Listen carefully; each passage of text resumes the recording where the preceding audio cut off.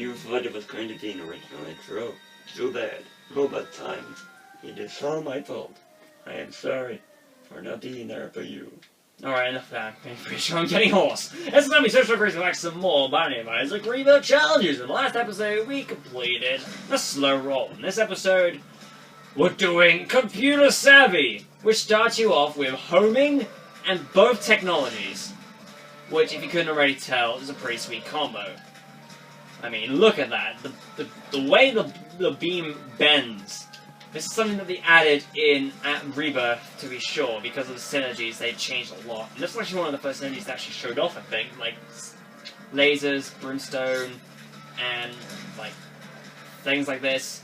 I mean, do you see all the stuff that's just kind of happening with this brimstone, or, like, this laser? With how it's curving around shit. It's so cool.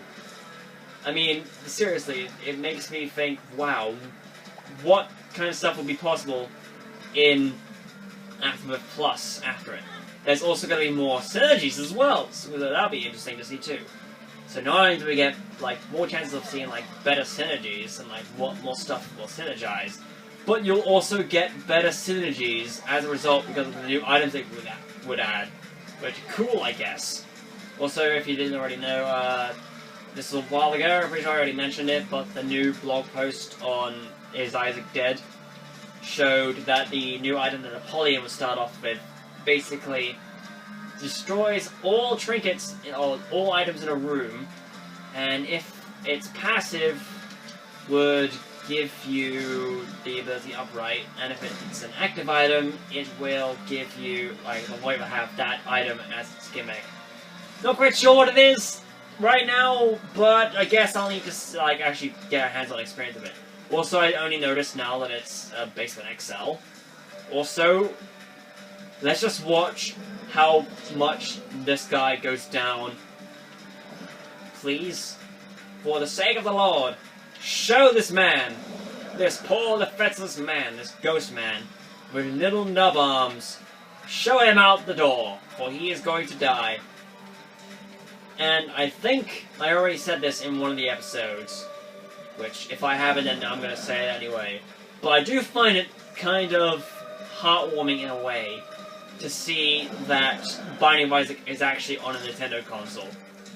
Because, first off, this is essentially an updated re-release of the original Legend of Zelda, except not much exploring and stuff like that.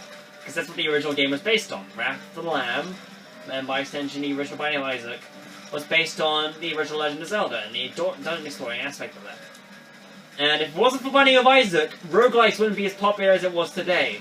So if you rag on this game as much as you want, without this game, stuff like FTL probably wouldn't even exist. Well, it might, but you know, the effort going into it might not even exist, and all the stuff, and all that stuff. Like, Enter the Gungeon probably won't exist. Nuclear Throne might not exist. Roguelikes like that, they probably won't exist nowadays. Because Isaac repopularized roguelikes, which is great.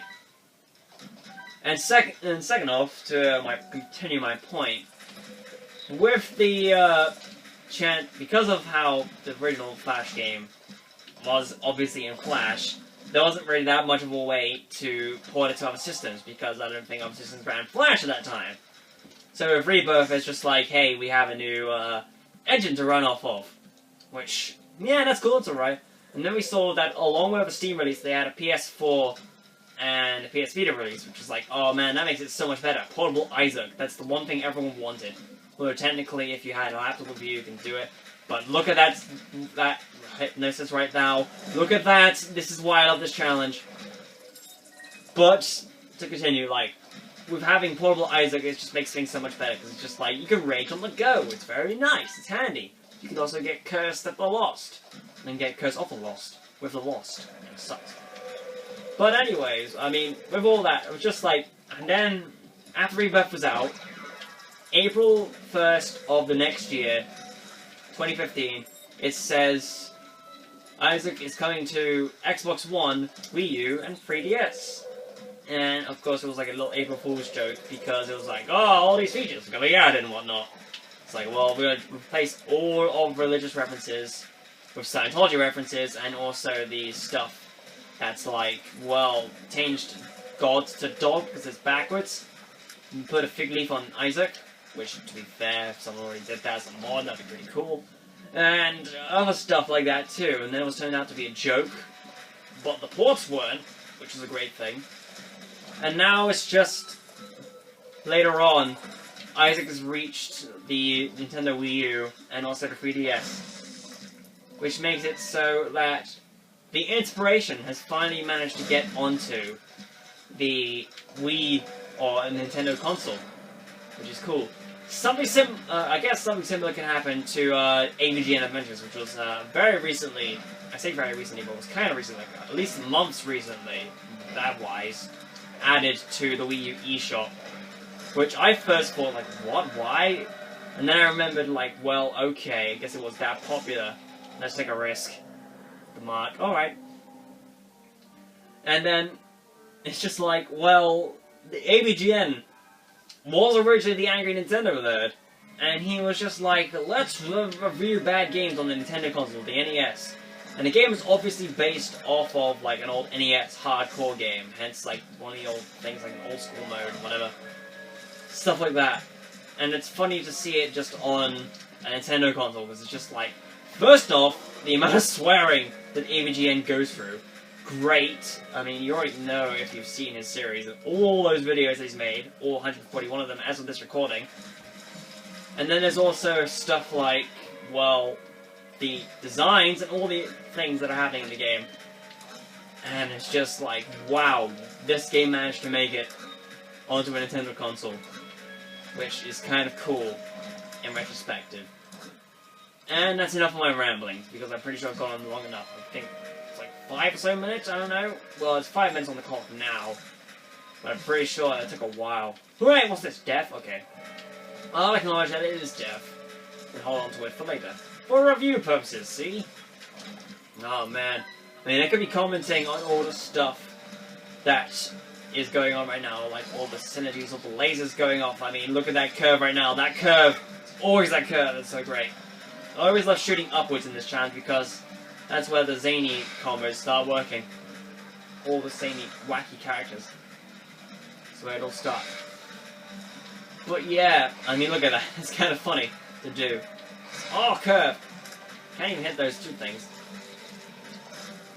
But yeah, to be completely honest, I actually blacked out when I was telling the stories of the heartwarming Rebirth added to Wii U stuff. Because I only realized now that I remember Rebirth 1. I was just like, well, I was doing so good, I wasn't even paying attention. Just great. Ever so great. Blow it up. For important reasons. What could be in here? Obviously, it's going to be a bedroom. There's a spider in here. Get out of here, spider! Is there going to be a portal to the next room? Yes, it is. Might as well make the challenge shorter. I don't often go for these because I want to pick up all items that I can. And it often ends up going to the boss room anyway. Let's just go to the crop list too. Get this challenge over with even faster. Perhaps we'll get free challenges this one session. Yay for that. And there's horsemen. Oh no! Watch out. How zany and wacky. Wow. Pick up coins and run away.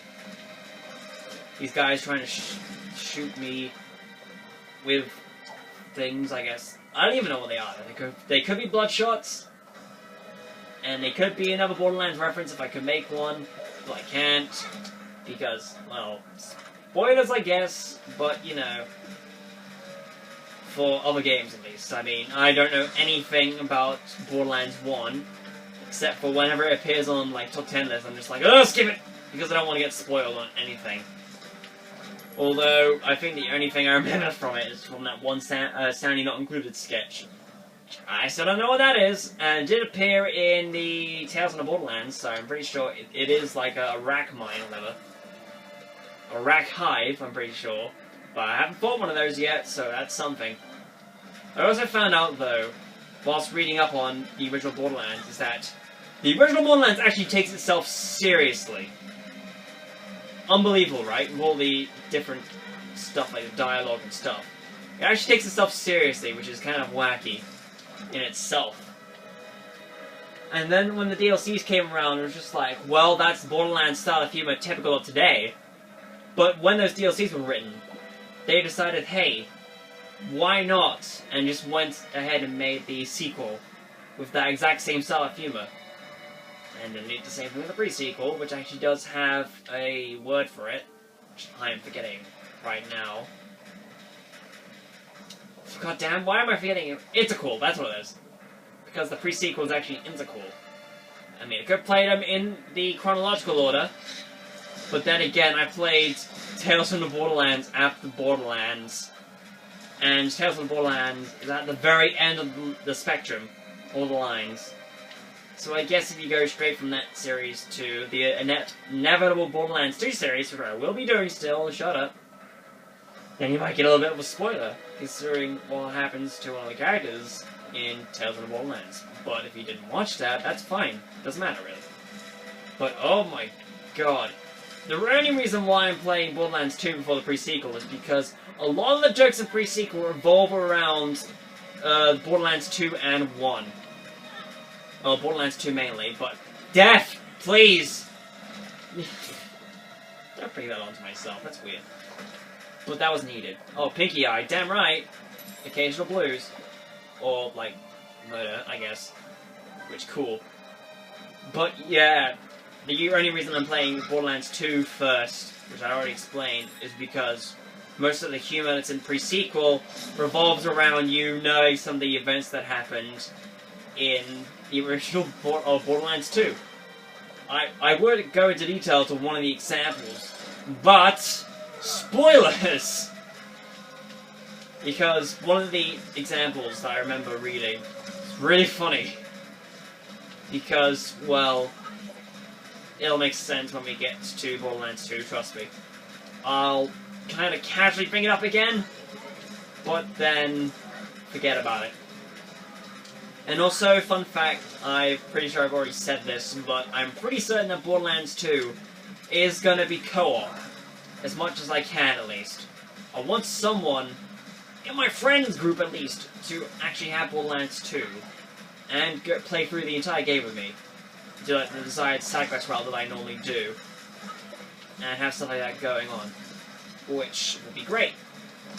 It always is great, because Borderlands 2 is a game to be experienced with others. It's seriously one of the best games I ever played. And I think I already told my story of how I actually got into Borderlands in the first place, but it's such a great story anyway. I'll probably get into it in the next episode because, well, we actually do have time for our third challenge in the next episode. Makes 6 out of 16. Oh boy. In the next episode, we've got Waka Waka, which might sound fun, but it ain't. Well, there's a little, but see you guys then. It's just pretty frustrating. Bye.